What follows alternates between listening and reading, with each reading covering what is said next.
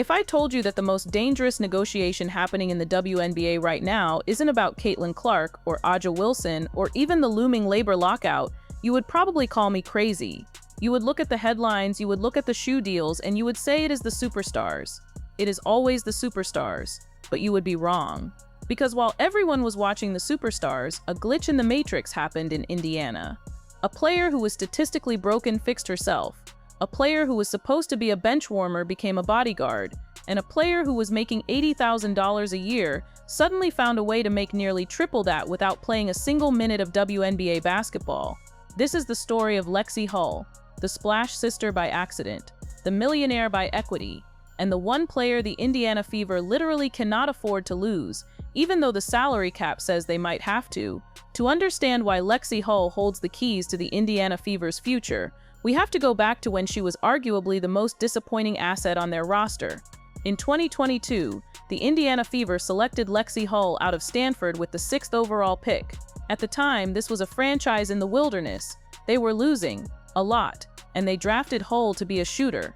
There was just one problem: she couldn't shoot. Look at the numbers from her rookie year. She shot 18.6% from deep. In year 2, she shot 21.7%. In the WNBA, if you are a guard and you shoot 20% from three-point range, you are not a project, you are a liability. By the end of 2023, the narrative was written. Lexie Hull was a hustle player, a good defender, but offensively, she was a ghost. She was entering the final guaranteed years of her rookie deal. In most timelines, this is where the story fades.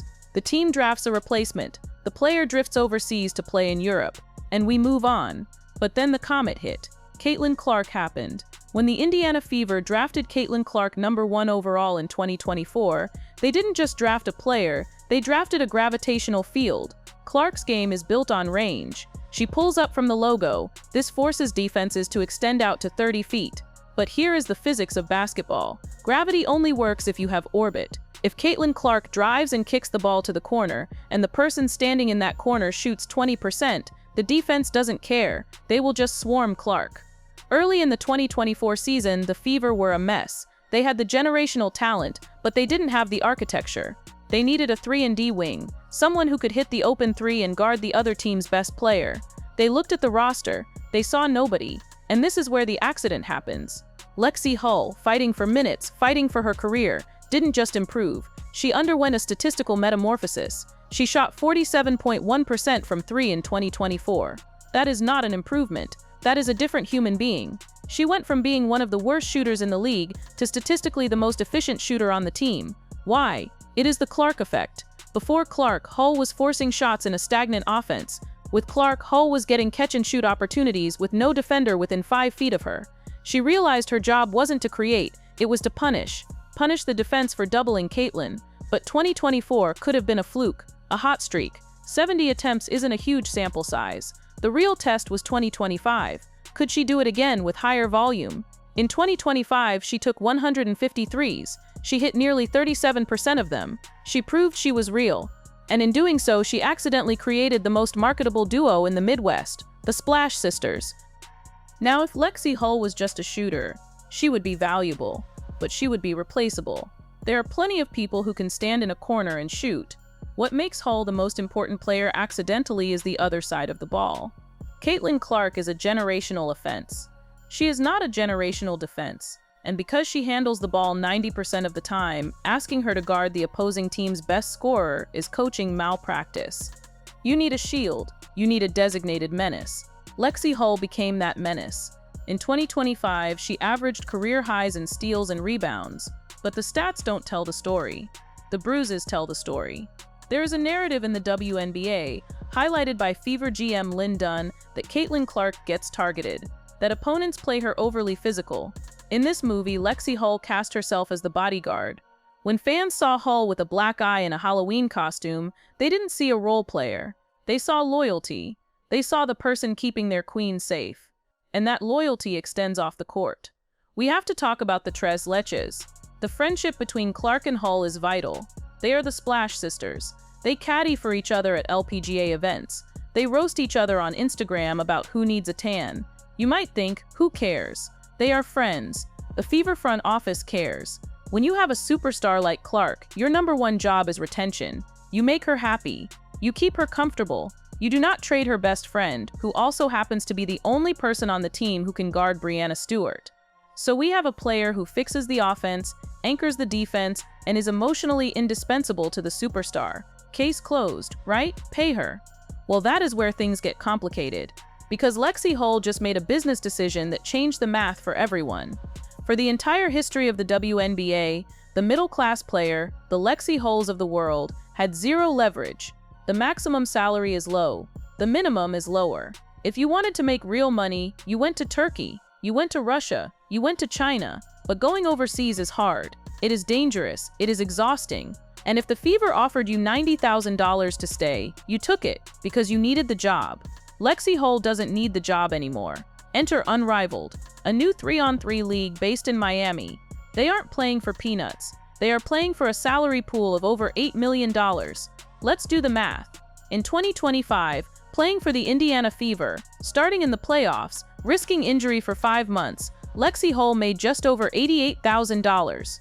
In 2025, playing for Unrivaled in Miami, for 8 weeks, Lexie Hull is projected to make an average salary of over $220,000. She is making 2.5 times her WNBA salary in less than half the time. But wait, it gets better. She isn't just an employee of Unrivaled, she is an owner. The initial players in Unrivaled were granted a stake in a 15% equity pool. The league was recently valued at $340 million. Do the napkin math. 15% of $340 million is $51 million. Divided among roughly 30 players, that is an equity stake worth potentially $1.7 million per player. Lexie Hull's career earnings in the WNBA total about $300,000. Her equity in Unrivaled could be worth 5 times that. This is financial autonomy. It means Lexie Hull doesn't need the Indiana Fever's paycheck to pay her mortgage. She doesn't need to accept a team-friendly deal to make the salary cap work. She has walk-away money, or at least I don't need to listen to your lowball offer money, and that is a nightmare for the Indiana Fever. The Fever are approaching a financial cliff. It is called 2026. Right now, they are getting a bargain on Caitlin Clark and Aaliyah Boston because they are on rookie contracts. But the veterans, the bill is due. Kelsey Mitchell is an unrestricted free agent. She is a walking bucket. She will command a max or supermax contract. Aaliyah Boston needs an extension soon. Caitlin Clark will eventually need the biggest contract in history. In a salary-capped league, when you pay 3 superstars, you usually squeeze the role players. You tell the 4th best player, hey, take a pay cut for the ring, or we will replace you with a rookie making $70,000. But you can't replace Lexie Hull. We already established that. She is the spacing. She is the defense. She is the best friend. And you can't squeeze her financially because she is making $220,000 in Miami and owns equity in a startup worth $250 million. Lexie Hull enters restricted free agency in 2026. That means other teams can offer her a contract. Imagine the Golden State Valkyries. Imagine the Seattle Storm. Teams that need shooting. Teams that need defense. If Golden State offers Lexie Hull $150,000 a year, the Fever have to match it or lose her. If they match it, they blow up their cap space for building the rest of the roster. If they don't match it, they lose the one player who makes Caitlin Clark's life easier. And there's one more threat, pine from Courthoop, the expansion draft, with Golden State entering in 2025 and Portland and Toronto in 2026. The Fever have to decide who to protect. Clark is a lock, Boston is a lock, Mitchell is a lock if they sign her. Then it gets tricky. Do you protect Nalissa Smith? Do you protect Lexie Hull?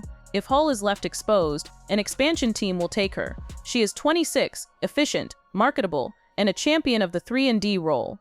The Fever are forced to burn a protection slot on a player who was a bench warmer 2 years ago. There is one final layer to this chess game. The WNBA Players Association has opted out of the collective bargaining agreement. That means after the 2025 season, there could be a lockout. In a lockout, nobody gets paid. WNBA checks stop. For most players, this is terrifying. It forces them to cave to the owners. But remember Unrivaled? It plays in the winter, January to March. By the time a potential WNBA lockout happens in May 2026, Lexie Hull will have already cashed her Unrivaled check. She will have already secured her bag. She is hedged against the apocalypse. She has more security than almost anyone in the league. We love to talk about accidents in sports, but Lexie Hull's rise wasn't really an accident. It was a pivot. She pivoted her game to fit Caitlin Clark. She pivoted her brand to align with the biggest star in the world, and she pivoted her bank account to a startup league that values her more than the WNBA does. She represents a new prototype of athlete, albeit the middle-class star who holds all the cards. She isn't the MVP. She isn't the face of the league. But she is the one player the Indiana Fever cannot win without, and the one player they might not be able to afford. Lexie Hull didn't just become the most important player on the Fever. She became the smartest player in the room, and she has got the equity to prove it. This situation reveals a fundamental shift in the economics of women's sports. Usually the power lies with the team. The team holds the rights, the team holds the playing time, and the team holds the checkbook. But Unrivaled has inverted that structure for players like Hull. Think about the risk assessment here. If you are the Indiana Fever general manager, you are looking at a salary cap sheet that is about to explode. You have Kelsey Mitchell playing the best basketball of her life, and she deserves to be paid like a top-tier scorer. You have Aaliyah Boston, a former #1 pick and Rookie of the Year, who is the anchor of your paint presence. And obviously you have Caitlin Clark, the face of the entire sport. Those three players alone could eat up nearly 70% of your salary cap space in the near future. So where do you cut costs? The traditional logic says you cut the role players. You let the 4th or 5th starter go, and you replace them with a rookie on a cheap contract. But Lexie Hull has made herself irreplaceable on the court, while simultaneously making herself expensive off the court. If the Fever try to lowball her, she can simply point to her unrivaled earnings. She can say, "I made more money in 8 weeks in Miami than you are offering me for 5 months of grinding in Indianapolis." That is not just a negotiation tactic, that is a reality check.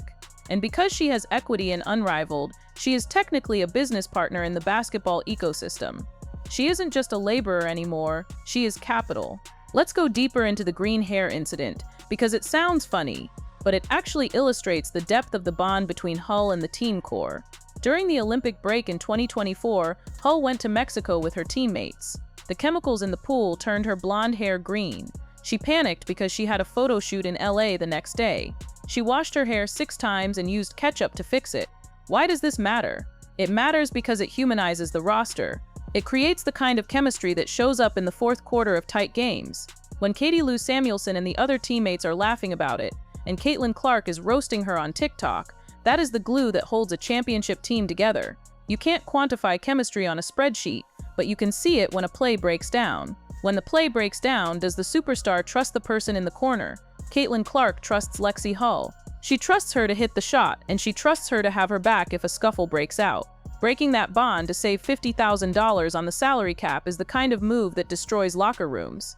And then there is the branding aspect. The Splash Sisters nickname wasn't forced by a marketing department. It grew organically from the fan base. It borrowed equity from the Golden State Warriors, linking Clark and Hull to Curry and Thompson. That is powerful branding. It elevates Hull from just another player to one half of a dynamic duo. It makes her merchandise sell. It makes her social media engagement spike. It makes her a fan favorite. If the Fever were to let her walk in free agency, or lose her in an expansion draft, the public relations backlash would be severe. The fans have invested emotionally in the idea of Clark and Hull growing together. Ripping that apart right as the team is becoming a contender would be seen as a betrayal of the process. The expansion draft looming in 2025 and 2026 adds a ticking clock to all of this. With the Golden State Valkyries coming in, and then teams in Portland and Toronto, the league is hungry for talent. These new teams will have cash to spend and roster spots to fill. They will be looking for players exactly like Lexie Hull, players who have playoff experience, who can shoot the three, who play elite defense, and who are entering their prime. If the Fever leave her unprotected, she is gone. It is that simple. And if they protect her, who do they leave exposed? Do they expose Nalissa Smith, a former lottery pick with immense talent but a sometimes awkward fit next to Boston? It is a brutal game of musical chairs, and Hull's sudden rise has removed a chair from the equation. We also have to consider the long-term implications of the Unrivaled league's valuation. A $340 million valuation for a startup league is aggressive. It suggests that the investors, including heavy hitters like Bessemer Venture Partners, see massive growth potential in women's basketball.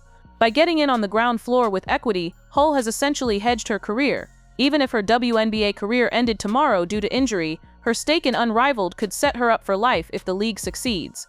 This removes the desperation that teams often prey upon.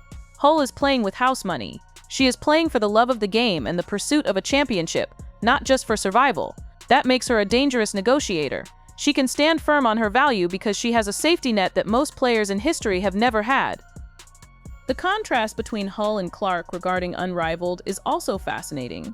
Reports suggest Caitlin Clark has not joined Unrivaled, opting instead to rest and focus on her massive endorsement deals with Nike and Gatorade. This creates a divergence where the role player is arguably more invested in the structural future of the sports economy via equity than the superstar is. Clark is operating in the traditional endorsement economy while Hull is operating in the new ownership economy. Both are winning, but they are playing different games. Hull's path is the disruptive one. It shows a way forward for the 99% of players who aren't Caitlin Clark. It shows that you can build wealth and leverage by betting on the growth of the sport itself. So, as we look toward the 2025 season and the chaos of the 2026 offseason, keep your eyes on Lexie Hull. Watch how she defends the opposing team's best player. Watch how she sprints to the corner when Clark drives. Watch the interactions on the bench. And remember that behind that jersey is a player who figured out the system. She figured out how to make herself essential to the franchise player, and she figured out how to make herself financially independent of the franchise owners. She is the accidental keystone of the Indiana Fever, and pulling her out might just cause the whole structure to collapse. The Fever front office has a very difficult puzzle to solve, and Lexie Hull is the piece that doesn't fit the old budget, but is essential for the new picture.